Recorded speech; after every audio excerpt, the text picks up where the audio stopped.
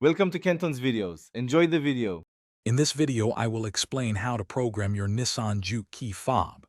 This simple, do-it-yourself method can save you both time and money, avoiding a trip to the dealership.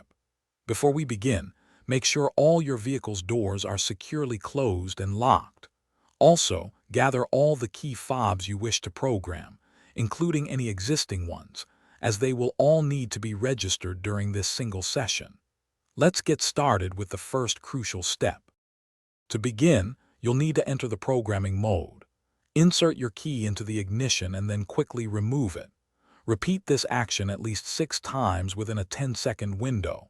It's important to fully withdraw the key from the ignition cylinder each time.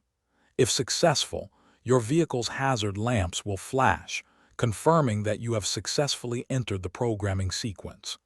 This step sets the stage for adding your key fobs. Now that you're in programming mode, insert the key back into the ignition and turn it to the accessory or ACK position. Within 5 seconds of turning the key, press any single button on the remote transmitter you wish to program. Your hazard lamps should flash once, indicating that the first key fob has been successfully registered.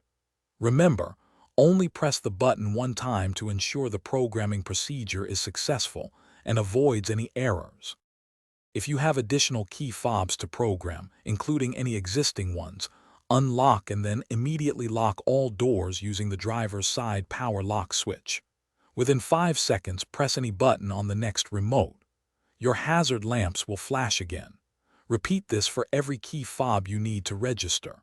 To exit programming mode, simply turn the key to the OFF position, remove it from the ignition, and then open the driver's side door. Test all your remotes to confirm they work. Thanks for watching. Consider subscribing if we helped you.